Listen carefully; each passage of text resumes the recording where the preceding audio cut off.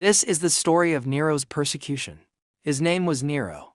He was young, powerful, worshipped by some, feared by many. But beneath the gold of the imperial palace was a ruler whose reign became associated with political violence, executions, and ruthless punishment.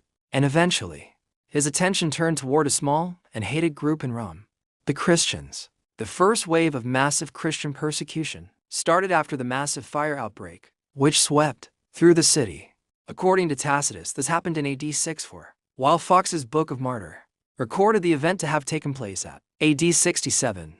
Buildings collapsed. Homes disappeared beneath flames. Families ran through streets filled with smoke. People searched desperately for children, parents, and loved ones. The flames consumed entire sections of the city. And as Rome burned, no one really knew as to what caused the fire. However, according to the Book of Martyr, the fire was planned by Emperor Nero. In order to set up the small gathering of Christians, rumors began to spread. Someone had started the fire, and many people suspected Nero. The people wanted answers, and Nero needed someone to carry the blame. Then came the accusation.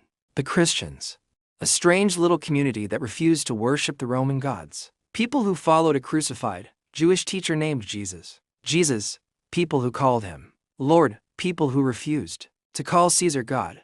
And now, they became convenient targets. Christianity was still at its infant stage, however.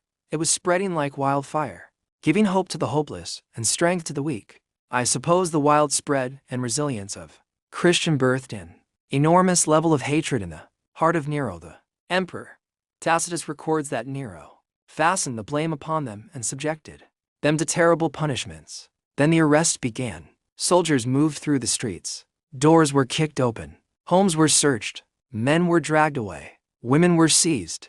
Families were torn apart. And the only crime was being known as a follower of Christ. The prisoners were taken away, down dark corridors, into Roman prisons. Some waited in chains. Some prayed. Some whispered the names of their families. And some knew exactly what awaited them.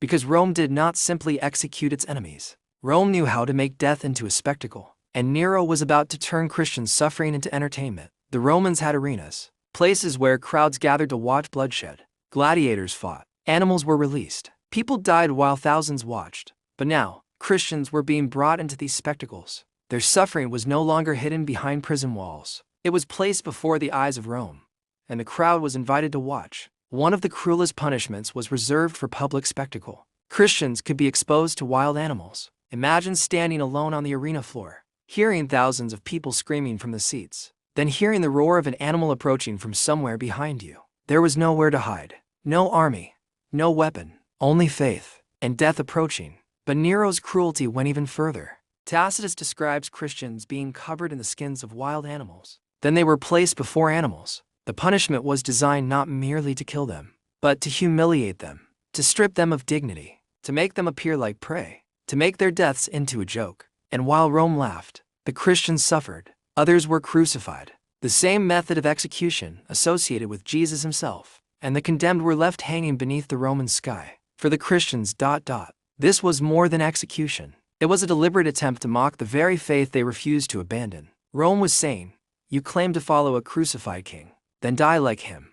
Perhaps the most horrifying punishment described by Tacitus came after darkness fell. Some Christians were burned, not simply executed. Their bodies were used as human torches. Nero's gardens became the setting, and as night descended over Rome, the emperor turned human suffering into illumination. Think about the horror of that night. The screams, the smoke, the smell of burning wood, the terrified faces in the darkness, and surrounding them a crowd. The suffering of human beings had become a Roman evening show, and Nero watched. Tacitus tells us that Nero offered his own gardens for the spectacle. The emperor of Rome, watching condemned Christians die, while the city around him looked on.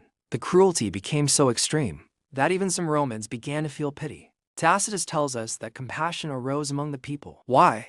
Because it became obvious that these people were not dying for the public good. They were dying to satisfy the cruelty of one man. The Christians chose suffering rather than renouncing their faith, and that is what made Nero's persecution so terrifying. He could destroy their bodies, but he could not force them to surrender their belief. An empire that controlled armies, an empire that conquered nations, an empire that could execute a man with a single command. And yet, this tiny group of Christians refused to disappear. The more Rome tried to silence them, the more their story spread. While Nero's soldiers searched the streets, Christians gathered in secret, underground, inside homes, in dark rooms illuminated by small lamps. They prayed, they shared bread, they remembered Jesus, and they knew that at any moment, someone could betray them. Yet they continued. The Roman soldiers began breaking down the door. This was the reality of being a Christian in Nero's Rome.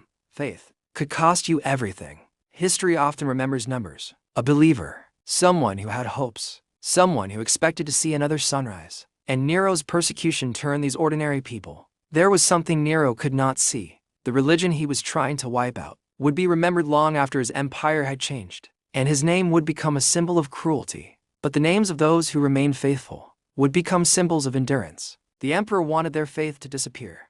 Instead, their suffering became part of the story of Christianity. But we must be careful with history. Not every terrifying story told about Nero can be proven. Ancient writers sometimes repeated rumors. Some later Christian traditions became more detailed with time. Even the claim that Nero personally ordered the Great Fire remains disputed. But one thing is much harder to dismiss. Roman historian Tacitus independently records that Nero punished Christians after the fire, and describes their horrific executions. And perhaps that is what makes this story so disturbing. The horror is not simply that people were killed. The horror is that suffering was deliberately transformed into entertainment. Remember, the essence of this story is to strengthen the believer's faith in front of persecution. Every believer should remember that the founding fathers endured hardship, suffering, and death for the sake of Christ. I am not in any way saying we should embrace hardship and suffering as the fathers did. We should push back as much as we can, holding on to faith just like the fathers. Make sure the blood of Christ and the blood of martyr were not in vain. In the next episode, we will talk about the second wave of martyrdom by Nero's successor,